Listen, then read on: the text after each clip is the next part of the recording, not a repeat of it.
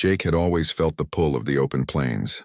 He was a cowboy at heart, born under the wide sky, raised by the dust and wind, and shaped by the hard, lonely life of a rancher. But for years he'd been drifting from one town to the next, unable to find anything that would keep him settled. His heart yearned for peace, for a place where he could lay down roots, and one day he found just that. The story started in a small town, nestled between the rolling hills and dry plains. Jake had wandered into town after hearing a rumor about a piece of land up for sale. The ranch was supposed to be in a remote part of the territory, far from the hustle and bustle of the town. The price? A mere $150. Jake had been skeptical at first. How could land in such a quiet, hidden spot be so cheap? It didn't make sense. But then, the thought of finally having his own place, away from the eyes of the world, filled him with a sense of hope he hadn't felt in years. For the first time in a long time, he felt a spark of excitement. Without hesitating, he gathered his few belongings, counted out the money, and made the deal. The next morning, Jake was already packing his small wagon. The land was waiting for him, and he had no intention of missing this chance. The ride to the ranch was long and quiet. The road was rough, and the wagon creaked with each bump, but the land, as far as the eye could see, stretched out before him like a promise. It was vast and empty, with only a few trees scattered along the horizon and the occasional bird soaring high above. Jake couldn't help but admire the stillness. It was exactly what he had been searching for, a place where he could work the land, breathe the open air, and live on his own terms. When Jake finally reached the property, he took a long look around. The ranch house stood before him, small and weathered, but still standing strong. The land stretched out behind it, wild and free, just waiting for him to make it his own. Jake had seen many ranches in his day, but this one felt different. There was something about it, the way the sun dipped low in the sky, casting golden light over everything, that made it feel like home already. He unloaded his wagon and made his way into the small cabin. It was a humble place, but it would do. Jake had no need for luxury.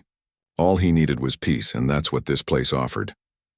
As he began to settle in, he couldn't help but feel a strange sense of being watched. At first, he dismissed it as nothing more than his imagination running wild. But the feeling lingered, nagging at him as he worked to get the cabin in order. He kept hearing the faintest rustling of leaves, the softest sound of footsteps, but whenever he turned around, there was nothing there. That evening, as the sun began to dip below the horizon, Jake stepped out of the cabin to get a better look at the land. The sky was painted in shades of pink and orange, and the breeze carried the smell of the earth. He stood there for a moment, taking it all in before he heard it. The unmistakable sound of footsteps, this time much closer. He turned around quickly, his heart pounding in his chest. Standing before him were 7 Apache girls, all dressed in traditional attire, their eyes fixed on him. They had appeared out of nowhere, silent and watchful. Jake felt a cold shiver run down his spine. He hadn't seen them coming, and now here they were, surrounding him in a way that made him feel trapped. The girls didn't speak at first. They simply stared at him, their eyes filled with curiosity and something else he couldn't quite place. Jake had heard stories of the Apache people, fierce warriors, proud and protective of their land. But these girls were different. They were not warriors, at least not in the way he expected. They were younger, perhaps no older than 16 or 17, and they looked at him with a mix of interest and wariness. Jake took a cautious step back, his mind racing. Was this some kind of trap? Were they here to drive him off the land? He didn't know what to do. His hand instinctively reached for the knife at his belt, but he stopped himself. He had no desire to fight, only to find peace. But in that moment, the girl's silent presence made him feel anything but peaceful. Finally, after what seemed like an eternity, one of the girls stepped forward. She was the tallest of them all, with dark, straight hair that fell down her back. Her skin was bronzed from the sun, and her eyes, deep and intense, never left his face. She looked at Jake as if she were studying him, trying to understand who he was, what he was doing here. "I am Ayana," she said, her voice soft but clear. "You are the one who bought this land?" Jake nodded, unsure of how to respond. He didn't know what to say. "I did," he replied, his voice steady but cautious. "I bought the land. I thought it was for sale." Ayana didn't speak immediately. She simply regarded him with those piercing eyes, her expression unreadable. For a moment, the silence between them was almost unbearable. "The land is ours," she said, finally breaking the silence. You bought it, but you did not buy our permission. Jake's heart sank. He had feared something like this. He knew that the Apache people had been pushed off their land for years, but he hadn't expected to find them here, standing in front of him, claiming ownership of what he had just purchased. I didn't know, Jake said, his voice full of regret. I didn't mean any harm. I just wanted a place to settle down. Ayana's gaze softened just slightly, but the tension in the air remained. The other girls watched in silence, waiting for Ayana to speak again. You do not understand, Ayana said, her voice low. This land is sacred to us. It is not just a place to live. It is part of who we are. Jake swallowed hard. He had no idea what to say. He had heard the stories of the Apache people, how they had been forced off their land, how they had lost everything. He had never imagined that his own dream of peace would collide with their history in such a way. I don't want to take anything from you, Jake said, his voice sincere. I just want to live here on this land. I don't want trouble. I don't want conflict. Ayana studied him for a long time, her gaze never wavering. She seemed to be weighing his words, trying to decide if he was telling the truth. Finally, she spoke again. Perhaps, she said slowly, but first you must prove your worth. Jake didn't know what to expect, but he could tell that this was only the beginning. What he had thought would be a peaceful life in the quiet plains had turned into something much more complicated. And yet in the back of his mind, a small part of him was relieved. Perhaps this was what he had been looking for all along. Something more than just a place to live. A place where he could truly understand and become a part of the land he had chosen. The days that followed were a whirlwind of confusion, curiosity, and unexpected lessons for Jake. The Apache girls, led by Ayana, had made it clear that the land he had bought was more than just property. It was sacred. It was theirs, and he would need to prove that he respected it if he wanted to stay. But what did that even mean?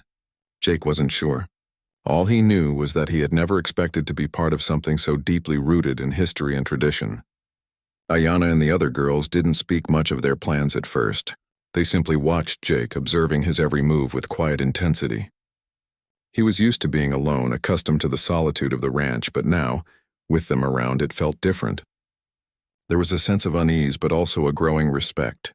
The girls did not speak openly about their intentions, but Jake could feel that their presence was a test. They were waiting to see if he could live up to their expectations. Each day, Ayana and the other girls would appear at the ranch early in the morning, silently watching Jake work. At first, they didn't offer any help, only observing from a distance. But over time, they began to show him small things, ways to tend to the land, how to respect the earth beneath him. The first lesson came when Jake attempted to plant a small garden near the house. He had hoped to grow some vegetables, something simple to help him settle in. But the soil, while rich, was unfamiliar to him. He had never worked land like this before, and his efforts were clumsy at best. Ayana watched from a distance as Jake dug into the earth. She said nothing at first, but when he took a break to wipe the sweat from his brow, she approached him. Her presence was calm, her movements slow and deliberate. She knelt beside him, inspecting the soil before looking up at Jake. You are too rough with the land, she said, her voice gentle but firm. The earth is not something to fight against. You must understand it. Let it guide you. Jake frowned, not fully understanding what she meant. He had always worked hard. Hard work was what made a man successful. But Ayana was different. She wasn't telling him to work harder. She was telling him to work with the land, not against it. For the rest of the day, Ayana showed him how to tend to the garden with a different approach. She showed him how to plant seeds gently, how to treat the soil with respect, and how to water it without overwhelming it. The next day, when Jake returned to the garden, he could already see the difference. The earth seemed to breathe with him, responding to his careful touch. The garden, though small, was growing. Over the next few days, Ayana and the other girls continued to guide Jake. They taught him how to track animals in the wild, how to find water in the desert, and how to listen to the winds and the birds for signs of weather. They showed him how to respect the balance of nature, to understand that every living thing had a purpose and a place in the world. Jake had grown up learning how to survive on his own, but these lessons were different. They were about more than survival. They were about harmony. They were about living as part of something bigger than himself, something ancient and unchanging. As the days turned into weeks, Jake began to understand the significance of what Ayana and the others were teaching him. The land was alive with stories, with memories, with spirits. It wasn't just a piece of dirt and rocks, it was a living, breathing entity that had been cared for by generations of Apache people. And now Jake was a part of that history, whether he understood it or not. But despite his growing respect for the land and the teachings he was receiving, Jake still felt like an outsider. He wasn't from the Apache tribe. He didn't share their history, their customs, or their way of life. He was just a cowboy who had come to buy a piece of land and found himself swept into something much larger than he could have ever imagined. One evening, as Jake sat outside watching the sunset, Ayanna approached him. This time she sat beside him, not saying a word at first. They watched the colors of the sky shift from gold to pink to purple, the silence between them comfortable. "I see you working hard," Ayanna said softly. "But you still do not understand." Jake looked at her, confused. He didn't know what she meant. He had been working every day, doing his best to live up to their expectations. But something was still missing. "Understand what?" he asked. Ayanna turned to face him, her eyes serious. "The land is not something you can just own. It is something you must become part of. You are not here just to take. You are here to give." Jake's heart skipped a beat. He had never thought about it that way.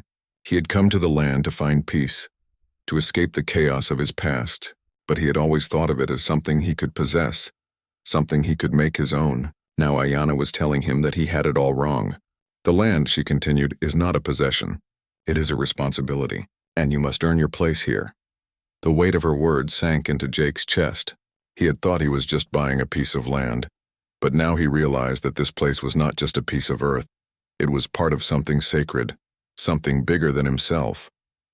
And if he was going to live here, he would have to respect that.